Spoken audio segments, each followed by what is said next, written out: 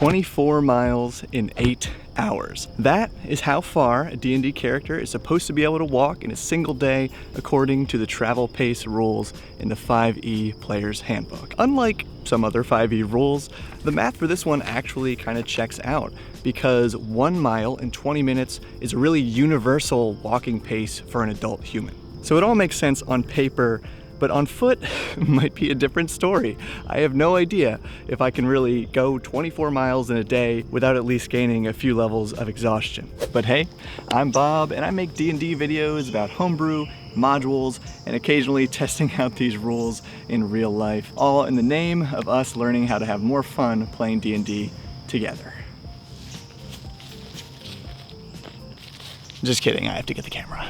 And travel is such an interesting topic in D&D because I feel like there's so many articles and videos about how to make it interesting. But the real secret, if there is one, is just to vary how you handle it. Travel can be a whole campaign. Look at The Lord of the Rings. It can be a session or two, it could be an arc of a campaign, or it can just be a few sentences spoken by the DM to summarize the entire journey. So I recommend mixing up your approach to travel every once in a while, and when you do that last one, I highly recommend you get those few sentences of cinematic text from our channel sponsor, Describe. They now have over 3,000 scenes of professionally written box text to plug right into your game. It's easy to search. It saves me a ton of time when prepping for my game, when I want those moments of extra special flavor for a scene. And so much of that content is free, but if you choose to sign up, definitely do so using the promo code BOB to save 10% and start your next adventure with Describe.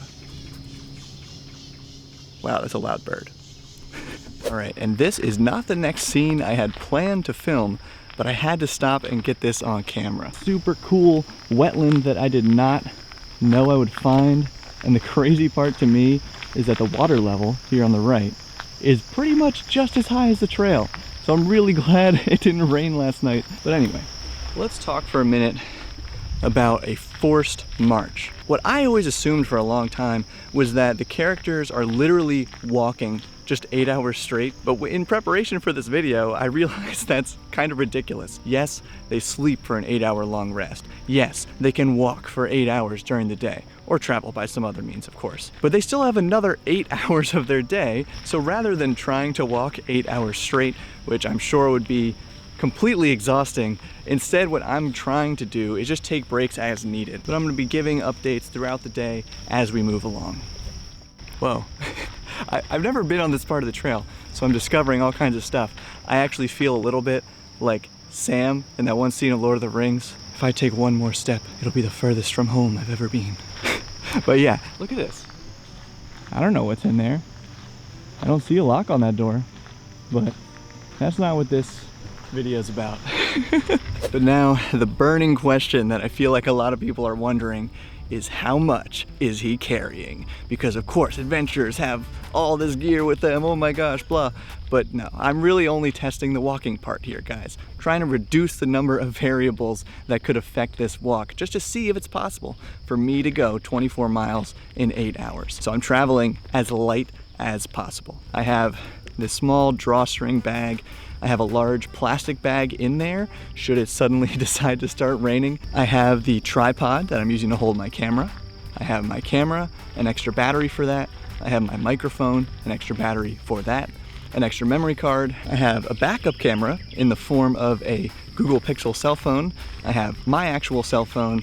I have my wallet, my keys, and I have a water bottle. I do have extra water and some food in my car, which I'll be returning to periodically because this trail is not one giant loop. And I'm keeping track of all my progress throughout the day with this cool app that tracks my time walked, the distance, the elevation, all kinds of neat stuff that I've really just started using to hike around lately. And yeah, in a perfect world, I would just record my phone screen that's running on the entire time, but it's already draining my battery a lot more than I expected. So I might have to take breaks sooner just to recharge my phone and keep that tracker going. We'll see, kind of got to play this by ear. It's really nice out here though. I kind of didn't expect to be so alone. The one or two other times I've taken this trail, there's usually people hiking and biking and walking, but I have actually gone further on this trail than I've ever been before. So maybe this part of it is just the road less traveled. And I feel like a lot of people might be wondering why I chose the kind of path that I chose. Specifically, this is pretty much a gravel road, which I imagine is a lot like the roads in most D&D settings. There are some trails connected to it like this, which I thought about just taking right now, but it would really increase the elevation I'm making here today, which is not my goal. And literally right here, the trailhead, that is straight up poison ivy. Now, I also know there are a lot of leaves of 3 plants out there, but plant ID is actually something I'm good at in real life, and I know that's poison ivy. I also know I'm not wearing proper clothing to really be walking through that today, so I'm gonna be sticking to the road. And some keen-eyed viewers might have noticed that I'm doing a lot of this recording here in the early stages of the walk. Right now I'm about 3.5 miles in, but I just started to notice that I am dipping below this 20-minute mile pace, so I will be catching up with you after a bunch of miles. Let's do this. Okay, I'm back in the home base of my car, and I just did 7 miles. I gotta say, it's really hard to tell if it's harder than I expected or easier than I expected, because at times my legs are really burning, but at the same time, I could just keep moving. One thing that's really getting me is the pace. I just cannot any longer keep up a 20-minute mile. It's getting slower and slower and slower according to the app. I think it was now like only 17 minutes per mile. So my plan for now is to take a short rest, probably just a half hour or so, eat some of my car snacks, drink a little bit more water, and then head back on the trail, but do a slightly shorter loop that I think will be just 5 miles. So fingers crossed my phone battery holds up, and I'll see you in a bunch more miles. And I wanted to stop and show you one of these coolest parts of the trail that I found today. So down here behind me, you might just be able to see there's a bridge. And then when you come off this bridge, you enter into this gully. Like, this is the perfect goblin ambush spot, guys. There's even like some paths that come up and down. I don't know if that's from runoff or maybe bikers going up there or something. But look at all these logs that could easily be dragged into the road to stop wagons. And all right, friends, I need a quick nature check. So this is the 3rd little pile of this kind of scat that I've seen. I know that's not a deer. I know it's not a rabbit. I'm thinking it could be like a fox, but maybe skunk, possum, halfling, gnome. I don't know, man. Who knows what's out here? All right, sitting down for a well-deserved break because I realized I made a grievous math error, and that those 17-minute miles, means I'm actually going too fast. And that makes sense because my legs are on fire right now. I'm really wishing I took a full hour short rest in the car instead of just the 20 minutes or so that I did. So I'm taking a little break here out on the road, and then I'm gonna pick it back up. All right, gang. Well, I might not be the sharpest on the mathematics of travel. I have become keenly aware of 2 things. 1, weather is crucial while traveling. If it were raining, I'd be miserable and everything would be heavier, even though I'm not carrying much to begin with. And if it were too hot or too humid, I'd be even more miserable than that. So you're probably not considering weather enough when planning travel in your games. And on that note, if I ever play a character who doesn't choose to travel on a horse after this, I'm not role-playing with honesty. And the second thing, which I'm gonna stop to say as I'm approaching a creek over here and it's kind of loud, is that I actually really am preferring to stay in motion. Every time I stop and start, it hurts a little bit. But I've got about 2 miles to get back to the car, and I'm excited for that rest. Okay, back in the car. I've got 11.9 miles to go. I've got 4 hours and 20 minutes to do it in. My legs did totally start burning again, to the point where I was getting the like, was this a dumb video idea, Bob? So I'm gonna head home, recharge my camera, recharge my phone, recharge my freaking legs, and basically just see if I can do all that again. And now, being about 14 miles into this hike, I have surpassed my personal record for a 13-mile hike. So thank you for sharing this with me. It's pretty nice to have you here since I'm on the trail alone. No Grace World Destroyer or Steven the Animal here to cheer me on today. They both had better things to do than try to walk 24 miles in 8 hours.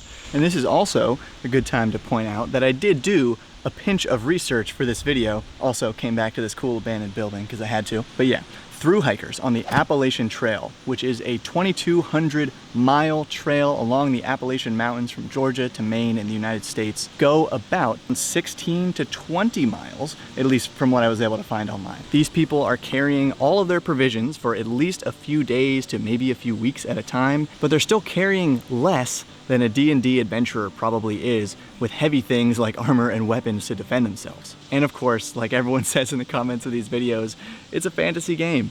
But I think if you wanted to homebrew for a grittier, more maybe realistic experience, maybe just going with the slow pace of 18 miles per day for regular travel would better suit that style of play.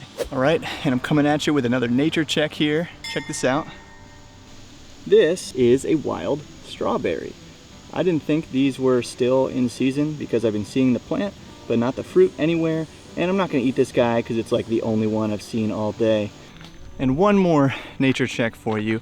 This guy right here, bingo, is called yellow wood sorrel. It looks a lot like a clover, so don't be confused with that, which just wouldn't taste like anything. And it tastes kind of like lemon. It's also called lemongrass. Ranger Bob, let's do this. And speaking of food, my 7-mile break for car snacks has come and gone.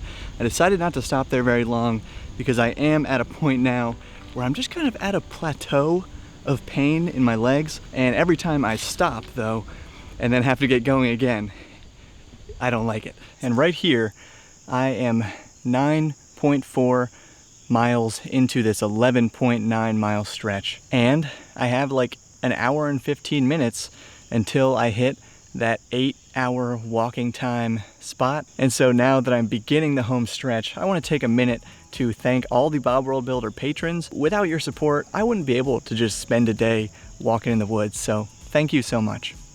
But I tell you what, my legs are not liking this. I don't think I could do it in armor. And you know what's funny? I was kind of hoping that I would be good at this because my 2 favorite books in the world are, of course, The Lord of the Rings, and number 2, The Road by Cormac McCarthy. Both are just books about people walking. And funny enough, both have film adaptations starring Viggo Mortensen. And now, in a nice contrast to the beginning of the video, every step I take will be one closer to home, and I'm excited for that. And I would walk 24 more just to be the man who walked 24 miles to make a YouTube video about it. Da da da da da da da da da. Man, if there were goblins here, I would get wrecked right now. I'm seriously feeling just incredibly weak. Like I said, my legs are just kind of moving like weights in front of me right now, and it's working out. But yeah, if you feel like I deserved it, please give this video a thumbs up. Because hey, if this video gets 2,000 likes in 24 hours, I think I will try doing at least a few miles with some gear on. That'd be fun, right? And like I said, totally never playing a character who doesn't ride a horse, but does trips even like this. Well, I survived the trip back to the parking lot here.